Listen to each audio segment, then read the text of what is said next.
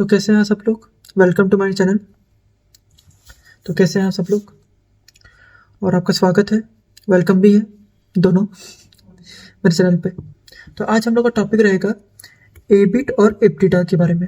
आप लोग shark tank देखते होंगे तो उसमें बोलता है ना, मतलब वहाँ के शार्क्स लोग पूछते हैं ना कि कोई कंपनी कोई भी स्टार्टअप करता है तो पूछते हैं ना कि आपका एबिट क्या, आपका एबिटा क्या है। तो आज उसी के वर्ड के बारे में हम लोग पढ़ेंगे कि भाई एबिट और एबिटा का मतलब क्या होता है। एबिट का मतलब होता है earning before interest and taxes. ठीक है, इसका मतलब ये है कि आप इमेजिन करो कि आप एक नींबू को आप एक क्या बोलते नींबू जूस की आप शॉप लगा दी, ठीक है ना, नींबू शरबत की शॉप, नींबू जूस जो भी है, आप उसके स्टॉल लगा दिए, ठीक है, अपने जगह पे।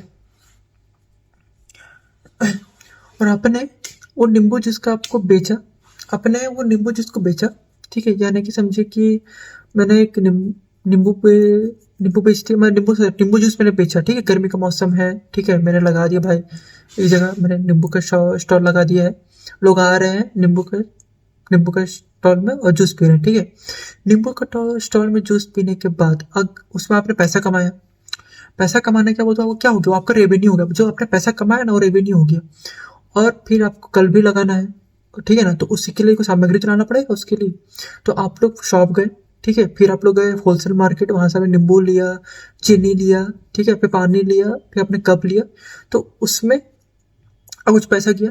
उसके बाद जो आपका पैसा बचा उसको हम लोग क्या कहते हैं, प्रॉफिट।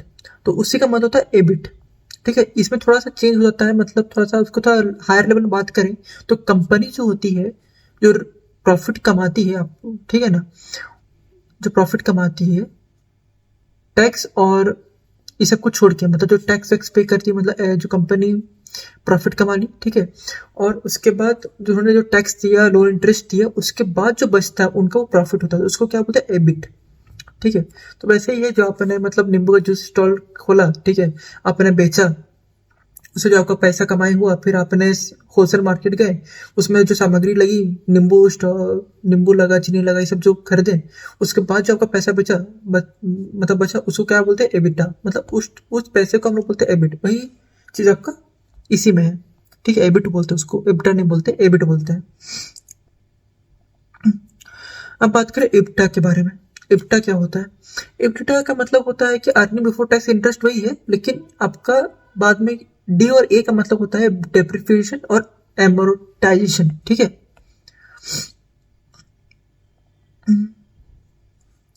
और डिप्रेशन का मतलब क्या होता है, मतलब एक डिप्रेशन का मतलब होता है, आपका ऐसे बोलते हैं कि भाई सर डिप्रेशन का मतलब क्या है। डिप्रेशन का मतलब होता है कि वैल्यू का घटना, यानी कि समझो कि आप एक, समझ लीजिए आप एक बाइक ले लिए, ठीक है, समझिए, हाँ सब आज ठीक है, समझ लिया। आपको छोटा सा क्या सा आपका एग्जांपल दूं, एक छोटा सा आपने सोचिए, अपना हाँ आपने कोल्ड ड्रिंक ले लिया, आपने एक शॉप खोला, मैं कोल्ड ड्रिंक बेच रहा हूँ, ठीक है ना।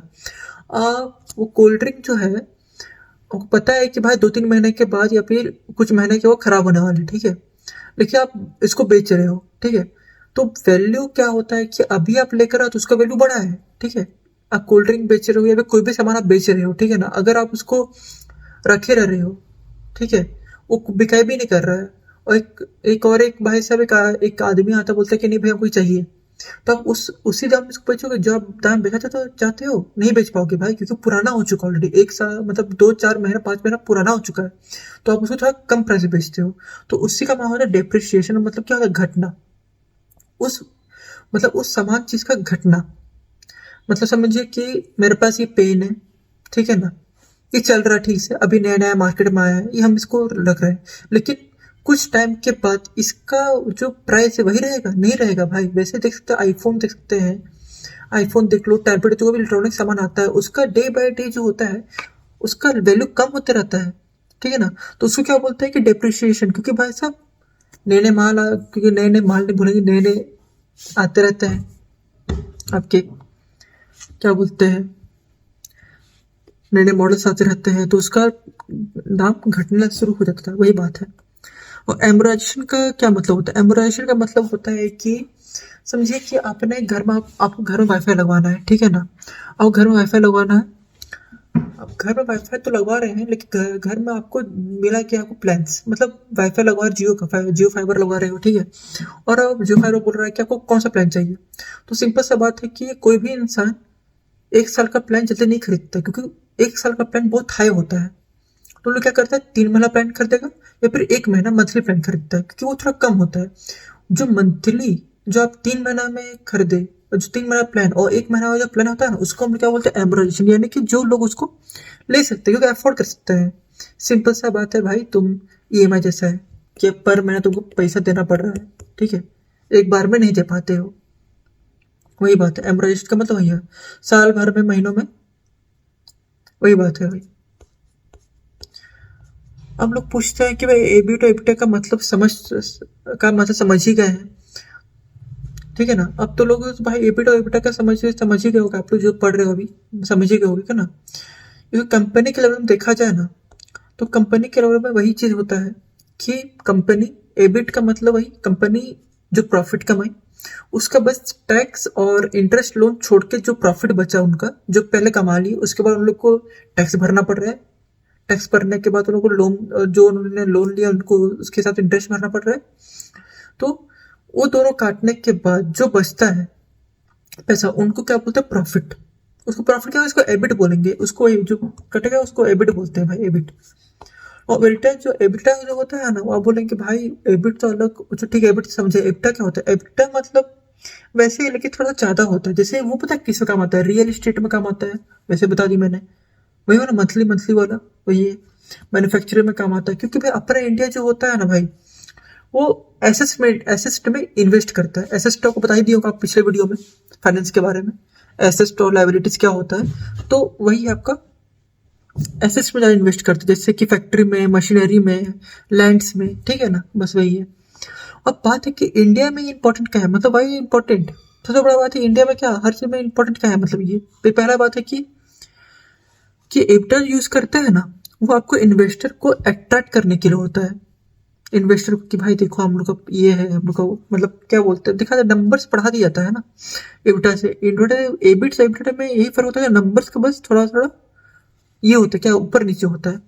तो लोग ऐसा एबिटा को दिखाता है। कोई भी आप कंपनी में जाओगे ना, मतलब कोई भी कंपनी आप देखने जाओगे या फिर उसका वैल्यू आप देख पढ़ोगे, तो उसका अधिकतर आपका एबिटा दिखाएगा। वो एबिटा दिखाएगा, ऑफकोर्स है कंपनी, कोई भी कंपनी अपना खराब चीज़ नहीं दिखाना चाहिए, वो आपको अच्छा चीज़ें दिखाना चाहिए। तो सिंपल सा बात है, तो एबिटा यूज होता है आपका इन्वेस्टर को अट्रैक्ट करने के लिए, कि लोग आए हमारी कंपनी में इन्वेस्ट करें, ठीक है। इन शॉर्ट का बात करें, इन शॉर्ट में बात करें तो एबिट और एबिटा का मतलब यही होता है कि एबिट का मतलब होता है वो जो कंपनी प्रॉफिट कमाता है इनकम टैक्स और लोन इंटरेस्ट भरने के बाद, ठीक है। एबिट का मतलब वही हो गया।